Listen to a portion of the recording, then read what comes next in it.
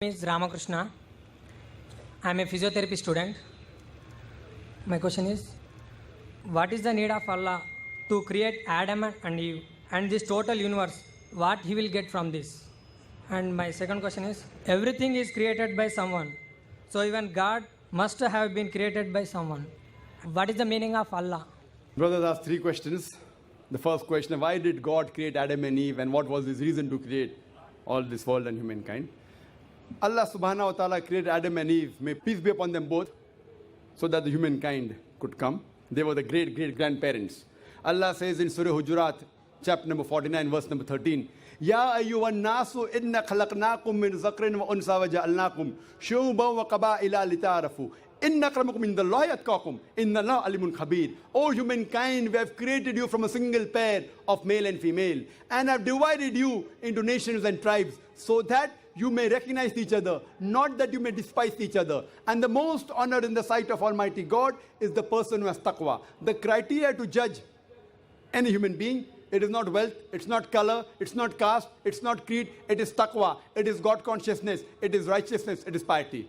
So Adam and Eve, peace be upon them both, they were our great-great-grandparents, of yours also and of mine also, all humankind. Therefore, I call you a brother. We are brothers in humanity. Allah says, Ya ayyuhan nas, O humankind. And Allah says in Surah Isra, chapter number 17, verse number 70, وَلَقَدْ كَرَّمْنَا بَنِي آدَمَ. Almighty God has honored all the children of Adam. Whether they are born in India, USA, UK, born in a Hindu family, or a Muslim family, or a Christian family, Allah says He has honored all the Bani Adam. If you are a human being, Allah has honored you. Whether your name is Zakir, Abdullah, Ramu, Shankar, if you are born as a human being, Allah has honored you. Now coming to the question, why has Almighty God created the human beings? Allah has created the human beings because Allah says this is one of His best creation. All the other creations of Allah subhanahu wa ta'ala, they obey Him. We have the angels. Whatever Almighty God says, the angels obey Him directly. They have no free will. The human being is the creation of Allah subhanahu wa ta'ala, which has a free will. We can either obey Him or disobey Him. So Allah has created such a creation. We are one of His best creation in the best of forms. But we have a choice of either obeying God or disobeying God. If we obey God, we will go to Jannah, we will go to Swarg, we will go to heaven. If we disobey Him, we will go to hell. We will go to Nark. So this is a test for the hereafter. Allah says in Surah Mulk, chapter number 67, verse number 2, Allazi khalaqal mauta wal hayata. It is Allah who has created death and life to test which of you is good in deeds. So this life is a test for the hereafter. So Allah has created the human beings, and Allah says in Surah Dhariyat, chapter number 51, verse number 56, وَمَا خَلَقْتُ الْجِنَّ وَالْإِنسَ إِلَّا لِيَعْبُدُونَ. That we have created the jinn and the men not but to worship Him. So we are supposed to worship, obey the commandment of Allah subhanahu wa ta'ala. So this is a different creation of Allah subhanahu wa ta'ala, which has the free will of even going against Allah subhanahu wa ta'ala or obeying Him. All the other things, the stars, the trees, the mountains, the Quran says they do sajda to Allah subhanahu wa ta'ala, they prostrate to Him, they obey Him. We have a free will. Now when Allah has given a free will, with the free will if we obey Him, we become higher than the angels. With the free will if we disobey Him, we become the partners of the devil. So He's created us for the test for the hereafter. Coming to your second question. Everything has a creator. Who created? God. If anyone says everything has a creator, it is a wrong statement.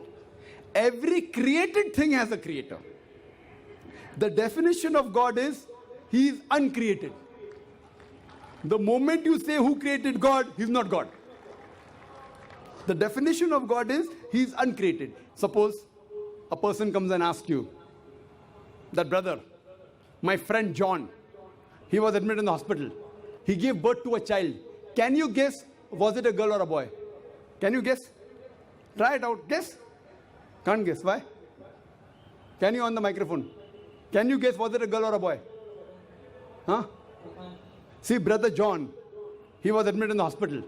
He gave birth to a child. Was it a girl or a boy? Can you guess?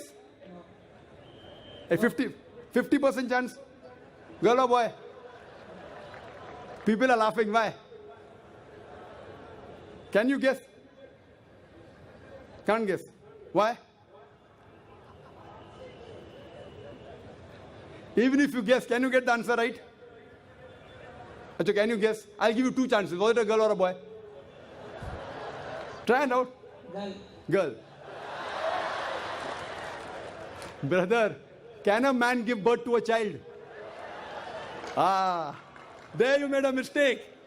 Same way you made a mistake by asking who created God. A man cannot give birth to a child. So where's the question of it being girl or a boy? See, now you understood. Now that's good, brother. So it was a man cannot give birth to a child. So where's the question of a girl or a boy? So when you're asking who created God, God by definition, Allah by definition is uncreated. The moment you say who created Allah, He's not Allah. Walam yakul lahu kufuwan ahad. There's nothing like Him. Coming to your last part of the question. Who is Allah? Who is Allah? The best definition I can give you is quote to you Surah Ikhlas. Chapter number 112, verse number 1 to 4. It's mentioned in the Quran. Kul huwallahu ahad. Say He's Allah one and only. Allahu samad. Allah the absolute eternal. Lam yalid walam yulad. He begets not nor is he begotten. Walam yakul lahu kufuwan ahad. There's nothing like Him. This is a four-line definition of Allah subhanahu wa ta'ala. Any human being, any person says so and so candidate is God. If that candidate fits in this four-line definition, we Muslims have got no objection in accepting that candidate as God. Four-line definition. This is the litmus test for theology, for the study of God. First is Qul huwallahu ahad. Say He's Allah one and only. Allahu samad. Allah the absolute eternal. Lam yalid walam yulad. He begets not nor is he begotten. Walam yakul lahu kufuwan ahad. There's nothing like Him. If you go to the Hindu scriptures, the same is mentioned in the Hindu scriptures. Kul huwallahu ahad is mentioned if you read Chandogya Upanishad, chapter number 6, section number 2, verse number 1. Ekkam evidityam. God is only one without a second. Second test.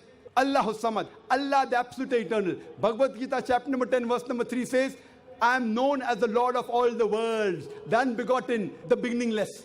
Third test. Lam yalid walam yulad. He begets not nor is he begotten. It's mentioned in the Shvetasvatara Upanishad, chapter number 6, verse number 9. Nachas kasij, janita na chadipa. Of Him there are no lords. He has got no parents. Almighty God has got no father. He has got no mother.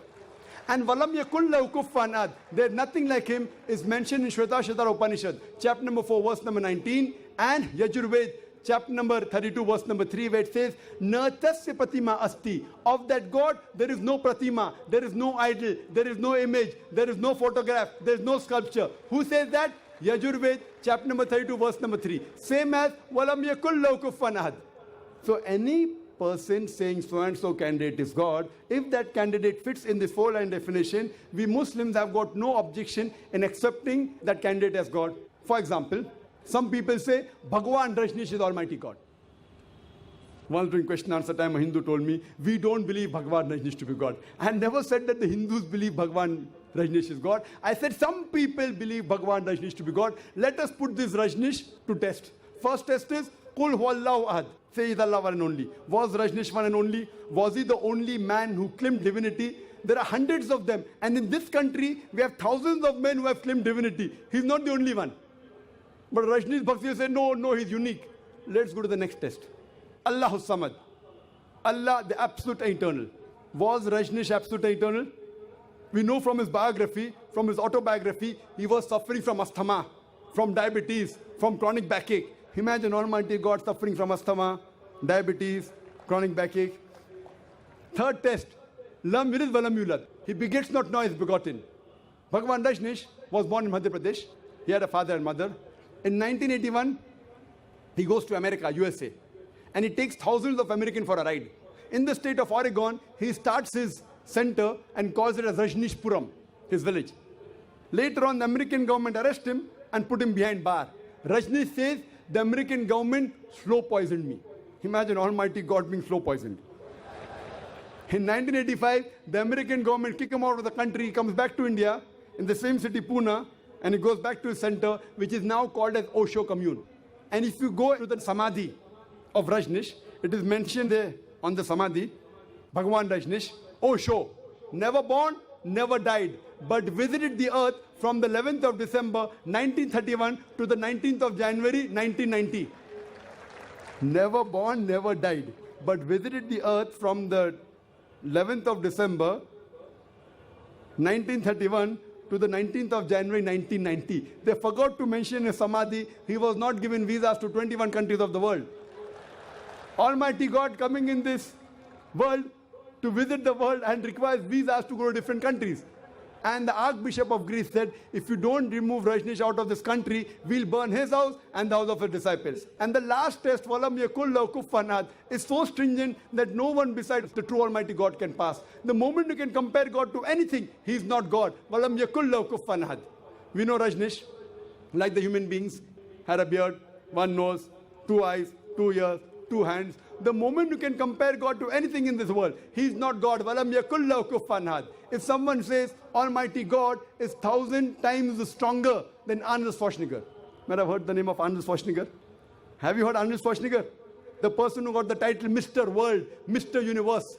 The strongest man in the world, the strongest man in the universe. The moment you can compare God to anyone, whether it be Arnold Schwarzenegger, whether it be Dara Singh, whether it be King Kong, whether it be 1,000 times or 1,000,000 times. The moment you can compare God to anything in this world, he is not God. Walam yakul lahu kufuwan ahad. There is nothing like him. So this is a 4-line definition of Allah subhanahu wa ta'ala given in the Quran. Whichever God you are worshipping, brother, put that God to the test of Surah Ikhlas.